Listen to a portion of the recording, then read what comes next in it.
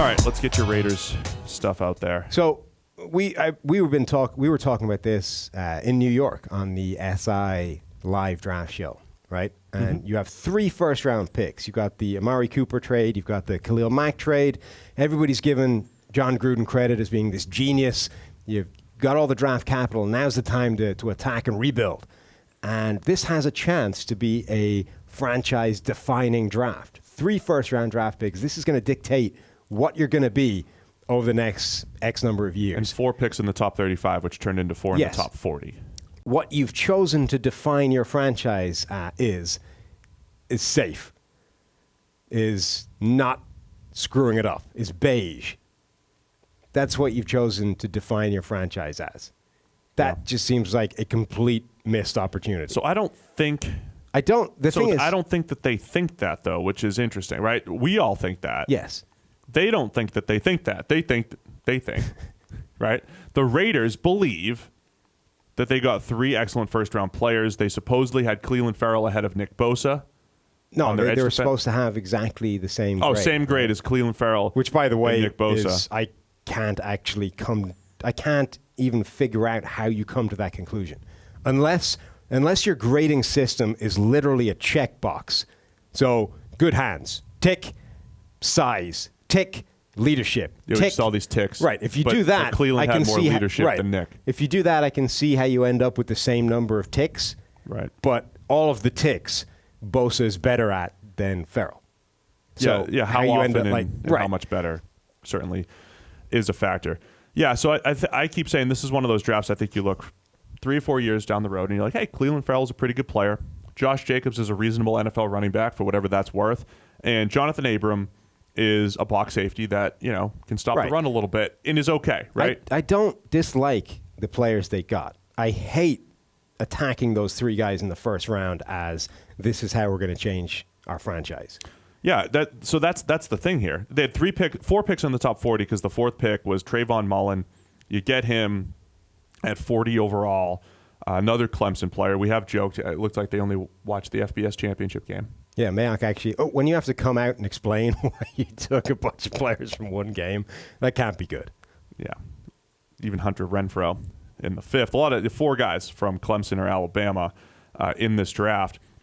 I just look at it and say they gave up Amari Cooper. They gave up Khalil Mack. They gave up these stars. Yes, they would have had to pay them. They gave up stars to get other, in theory, potential stars, but on lesser contracts.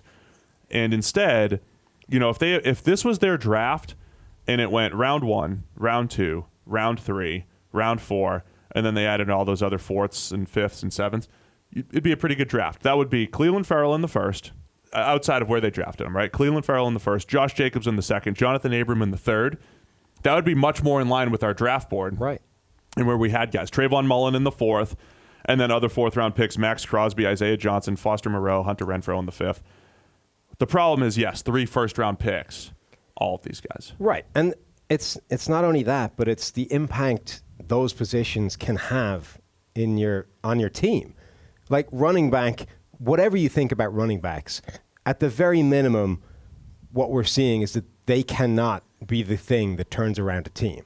It just, you can't have a performance better as a rookie than Saquon Barkley did last year, and the Giants were still picking in the top 10. They sucked because their quarterback still isn't any good. So what is Josh Jacobs supposed to do to that offense? Yeah. He's not going to be the guy that turns it around. We've put this different ways before, but the best running back performance is going to have a negligible effect on your team, whereas the best, an average quarterback upgrade is going to have a massive effect, or even just a good wide receiver upgrade will have a significant effect. Right. And the difference between Josh Jacobs and the next guy is, in the 3rd and 4th round, is it that big? Marginal. Jonathan Abram, how much impact can a box safety have in your team? Not just that, but we've seen over the past few years that the league is full of these guys. Getting a box safety that's even one that's playing at a high level is not that hard. In fact, typically teams have been able to produce that from failed free safeties. It's like we have a guy who was really good in college. You play him at free safety. He can't do it at the next level. Put him in the box, suddenly he's a Pro Bowler. So, and I think part of the issue, though, with what the Raiders do, Paul Gunther's scheme and all that stuff, they do a lot of too-high stuff. They do a lot of interchangeable safety type of work, and that's not necessarily Abrams' best fit. You don't want him being a quarter safety where he actually has to man up against tight ends. You don't want him to be the guy that does have to rotate and play deep free safety where he had a grade in the 50s doing that in his career. I compared him to Keanu Neal before the draft as guys that can't really play free safety, can play excellent box safeties, but if you put him in that cover 3 scheme and that's all Abram does is the strong safety, Cam Chancellor, Keanu Neal role, he'd be okay.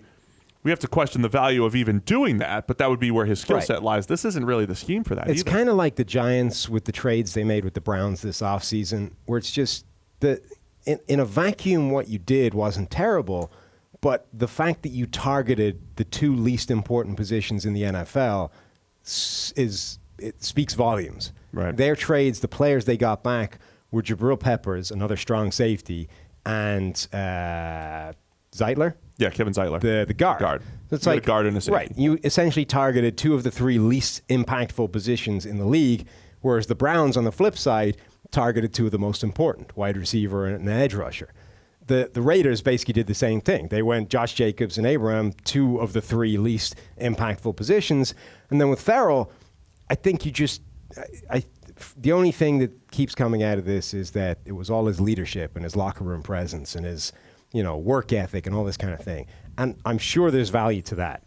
But there's no way that value is worth the difference in caliber between him and a Josh Allen, who they passed up to. Yeah, they could have hit a home run, and I feel like they went for tried to hit singles with their 3 first-round picks. Right. By the way, I think there's 1 or 2 Raiders fans that keep telling me that Paul Gunther's a press man team, that's what they play. Stop calling us zone-heavy teams. Well, we actually tracked this stuff. So the Raiders played cover 1, the 29th highest percentage. That's pure. That's as pure of a man coverage scheme as you're going to get. The 29th highest in the NFL last year. They played 2-man. So they did 18% cover 1, 1% 2-man. So they were playing pure man coverage a very low percentage of the time. They play one of the highest percentage of quarters and cover 6, which is essentially there's one-on-one matchups there, but it's more of an off coverage. It's different from playing press man. You could play quarters in a press situation, but they're certainly not that. They played the most cover 6 of any team in the NFL, which is kind of like half zone, half man, however you want to call it. But it's when we say we like zone corners, like a Byron Murphy, it's guys who could play off coverage, man up with a guy in their zone, but also can play pure zone because they have the eyes to be able to read route concepts and all that stuff, which is why if we had to take all the character stuff out of it, if we had to choose between Byron Murphy at 27 and Jonathan Abram at 27, a box safety versus what we think is the best zone corner, best fit for the Raiders, I mean, it'd be a no-brainer for us from a value standpoint to take Byron Murphy. I think generally cornerbacks were crazy value in this draft. For some reason, they all slipped. I think so. Let's full disclosure here. This was the first time, because we're just learning more and more about our data, the value of the pass game and all that stuff, right? That is an evolving process for us. A few years ago, our draft boards were a little bit more well-rounded, or the players on our draft boards were more well-rounded. We had more run-stopping defensive tackles in the top 10 to 15. We had guys who had really good overall PFF grades, but it came from the run game, it came from coverage, came from pass rush, whatever it was. This year, we're more woke, as they say, Sam, to the pass. That's what Eric always says. Yeah. Woke to coverage. Huh. I hate that I just said that. Yeah. Delete that. Yeah. Delete it all. Delete it from the archive. Yeah. We're more aware of, coverage, its impact on the game, the pass game in general, and slowly we've evolved our draft boards into focusing on more coverage players, focusing more on pass rushers versus run stoppers, all these different things, right?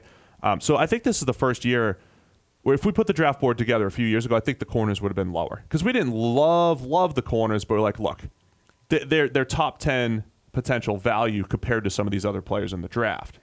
What was interesting is before the draft, we had a conversation about how so much of various different players is scheme dependent and it's going to the right situation. And it only makes sense to kind of grade them on a draft board as if they're going to end up in the right situation. Because why would a team that plays completely the wrong scheme for a particular player, why would they take him there? But the teams that are put him as a first-round pick, right? Yeah. A guy that is phenomenal in a zone scheme or a zone blocking system is worth a first-rounder to those teams, even if he isn't to teams that run the complete opposite situation.